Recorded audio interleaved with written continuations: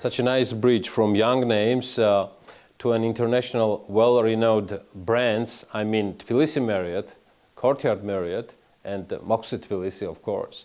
The checkpoints had the chance to sit down for an interview with the general manager of these three brands operating in Georgia and enjoying a huge popularity among foreign and local tourists.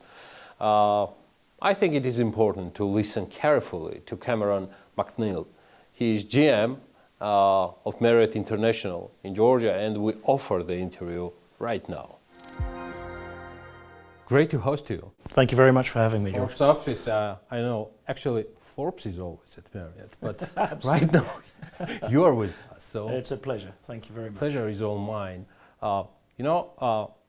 Share us a bit experience, which is, well, actually nothing positive, mostly in this, but both of us as a representative of the global brands, we need to be in charge of the domestic local details and at the same time how our headquarters were orchestrating this so-called unprecedented period called pandemic.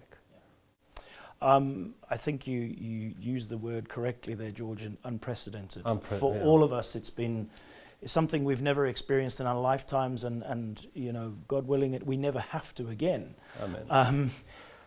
It's something that I think, if I'm honest, probably caught everybody by surprise in the beginning, the way things happened so quickly with a pandemic. If I take my mind back to January last year, business was looking okay and things were looking fine. Within 8 weeks, suddenly everything was collapsing. The pandemic was on our doorstep within the world, but of course within Georgia. We saw as a business locally, you're right, we are an international global organization. Marriott International is the largest hotel company in the world with over 7,500 hotels. I represent, as you know, the three hotels within Tbilisi. And, worldwide as a company, we saw revenues fall between 90 and 98%. There's a lot of people that are affected by that. Staff, owners, investors. All of them. Everybody has been affected one way or the other, financially, physically, mentally, and the mental strain has taken its toll on a lot of people because people around the world have lost jobs, of course, and it's really put a burden on people's livelihoods. I think it's important that we look at the global organization of Marriott and how they reacted. And one of the quickest... Can you remember the first message, call? I don't know. You do have a lot of internal chats. We do. And the first message probably started around about the end of January saying, in China we seem to have this virus and we're closing a few hotels. And then the ball started rolling a lot quicker. And it just escalated from there. Suddenly, cancellations came flooding in through the world. Marriott International were very quick to respond in terms of putting protocols in place. Okay. How are we going to react? If it's a closure, we have to put in new protocols. Cleanliness standards are changing. Throughout the globe, we have fantastic cleanliness program. But I think it's got even better because we've had to. We've had to put in different measures. The Global Cleanliness Council through Marriott gives weekly updates on new initiatives, potentially new chemicals we can use, electric static sprayers within hotels, because it's giving the customer a peace of mind. All this stuff was overviewed. I mean, this protocol. Do you remember approximate date when the protocols were finalized, which was like guideline already for you? It was February? I would say February, March, yeah, absolutely. Wow. Because that's quick? Very quick. But in an organization like this, we have so many stakeholders, we have to act so quickly. And if we don't, there becomes firstly, miscommunications and also lack of confidence. And as a company globally, we want to make sure that we instill the right confidence to all of our customers. They want to know if they go stay at any one of our 31 brands around the world, they are going to get what the brand recommends and promises. 3 hotels in Georgia, 3 leader hotels in Georgia, let me say so, and at the same time, government on the other side, which is locally orchestrating so-called lockdowns, permissions and things like that. How well expected and coordinate all these efforts were for you to make as much predictable the situation as you can?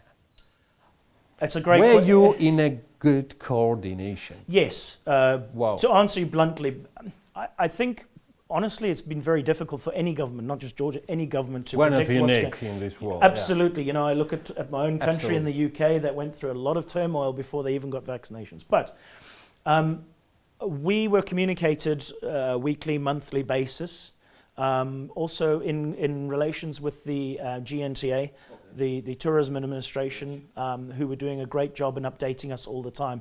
And also we had an open line of communication to the different ministries, you know, also providing expertise from Marriott International and our suggestions at the very beginning. One thing I was very encouraged at the very start of this pandemic is that the government were open to listening to businesses, specifically in the hospitality sector. And that is continuing. Yesterday I had a meeting with the Deputy Economy Minister, and you know, it's very encouraging. They're still listening to ideas and suggestions. Of course, not everything's going to be implemented. I understand that. But certain things that we spoke about at the very beginning we could see being implemented. And yeah, it's been very tough for everybody. Lockdowns, restrictions, curfews, it's difficult for businesses and continues to be so. You mentioned about your homeland, UK, and we all know that UK is also not an exemption within the world through these waves. We're talking about the vaccination later on, but at the same time, what do you think? Do we have sort of message from hospitality sector, like worldwide brand Marriott International can advise and share with the decision makers, I'm saying, in regards of government, UNCA and others, what you mentioned, Ministry of Economy, how we can make more simplified decision in this regards, because it's over 450 days that we have pandemic situation worldwide. We are adapted more or less.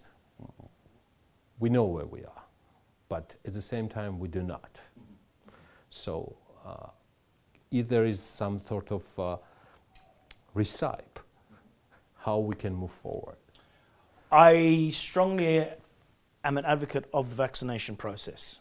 Same here. From what I've seen, great. You know, I also understand that people are fearful of vaccinations for stories and. Were you lucky to take your jab? Or? Not yet. Not yet. No, not yet. Probably, I'm still young enough at the moment, but I don't fall in the category just yet. But you know, when it's available, yes, I will take it. When you look at the data, the scientific data, that's what I go on. Marriott Corporation, for instance, is advocating the vaccination for its associates worldwide. And every country is different at the different stages, of course. And as we know in Georgia, the vaccination program has just begun. And we're very encouraged to see it happening. Obviously, I hope that a lot of my associates and a lot of people within Georgia take the vaccination. And here's the reason why. Hospitality is one of our main drivers in this economy in Georgia. You know, I kind of consider myself a little bit Georgian now after being here for almost 4 years, because I dearly love this country, and it's given me a lot in the almost 4 years here. And I think the country has come so far in terms of tourism and the way it's adapted that it would be a shame to see it falter right now. Obviously, we have political challenges currently, and I'm sure that will be overcome in the future, we hope. But in terms of the vaccine, to make tourists feel confident, as I mentioned earlier, it's coming back in. They want to see people vaccinated. Frontline workers, you know, taxi drivers at the airport, for instance, or bus drivers, or people checking them in, or people serving in the restaurants. If there's a program in place for frontline people as well as healthcare professionals, it'll give that confidence of people coming back into the country. Can we work out a sort of message? Where do we stand in 2021? I'm talking about Marriott International, Georgia. What's your daily job right now? We are open. We have guests. We can see some tourists on streets already. It's getting warmer. Absolutely. So something is moving forward. Little by little, we are getting more vaccinated. Yeah, I think there's a few key things here. The weather is changing, which is fantastic. Yes, we're seeing more flights coming now into the country, which is good. So a lot more air borders are being opened for passengers coming into Georgia. The occupation is improving. The occupancy levels are going up marginally. They're still, of course, they're not going to be. Quite candidly, we don't see occupancy levels of the 2019 level probably till the end of 22, 23, maybe even 24. There's a lot of factors, of course, you know, whether it's political, vaccination process, vaccination passports, but we're seeing slow marginal increase at the moment. And as you alluded to, we're seeing a lot more tourists on the streets at the moment, which is very encouraging. But it's this confidence. As a country, we need to deliver the confidence to travelers coming into Georgia to experience, whether it be Batumi, Kakheti, whatever the region they want to visit, and Tbilisi, we want them to come with absolute confidence that it's a safe, clean environment for them to relax. That's the biggest challenge. And spend their money. I think it's a big challenge. I don't think it's surmountable that we can't get the message across to them. And again, I know GNTA are working very, very hard and diligently to get that message across, specifically to countries that are our demographic that we want to attract in as soon as possible. Very good. Thank you so much and good luck to you. Thank you very much. Appreciate that. Thank you, George. Hey guys, stay tuned, subscribe and follow us on BMG.